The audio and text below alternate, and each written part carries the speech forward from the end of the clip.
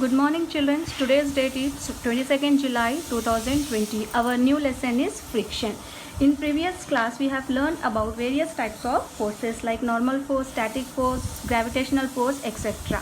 Today we are going to learn about force of friction, or you can say frictional force, which is also a type of force and it is very important in our daily life. We can say without friction we are like handicap. Now the question is, what is friction? Friction is an opposing force. That means when we apply force to push the object from opposite direction, friction force develop. Like we can see the examples in your daily life. You observe many examples. A moving ball come to halt because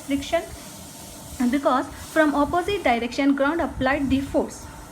Due to that, frictional force developed and ball stopped. Maybe you observe when you throw the ball after covering some distance, it stopped. Suddenly it will stop due to friction force only. From opposite direction, frictional force developed, that's why it stopped. Similarly, you observe many vehicles or cars. When we apply brakes, it stopped.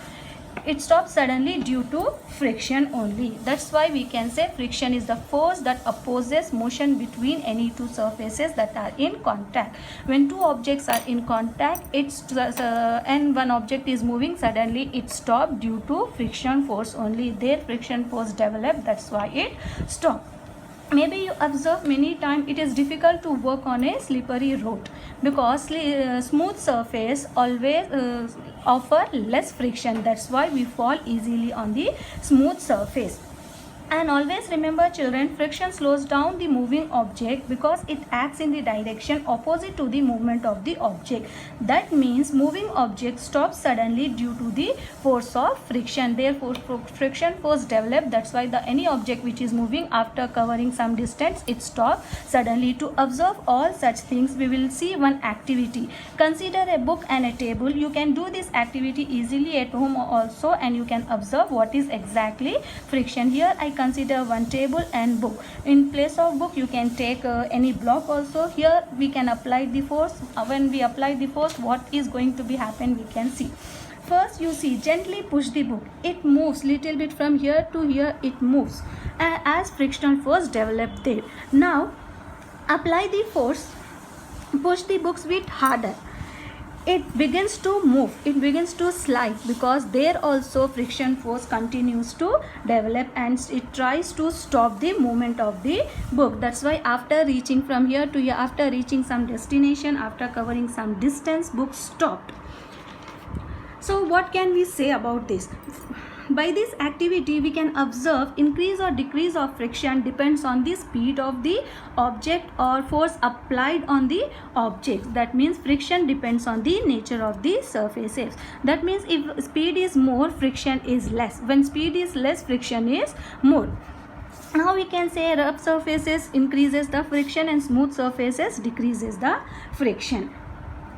In some cases we need to increase the friction and in some cases we need to decrease the friction. We'll see where we have to increase and where we have to decrease the friction. Now you can suppose sole of the shoes and vehicle's tire has made in such a way that to provide better grip on the ground to increase the friction. If we can't increase the friction in sole of the shoes and in vehicle tires, suddenly we can fall and vehicles will not stop anymore.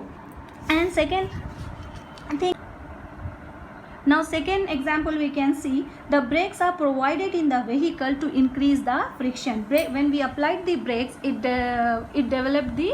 increased the frictional force. Or in some cases friction is undesirable and we need to reduce it.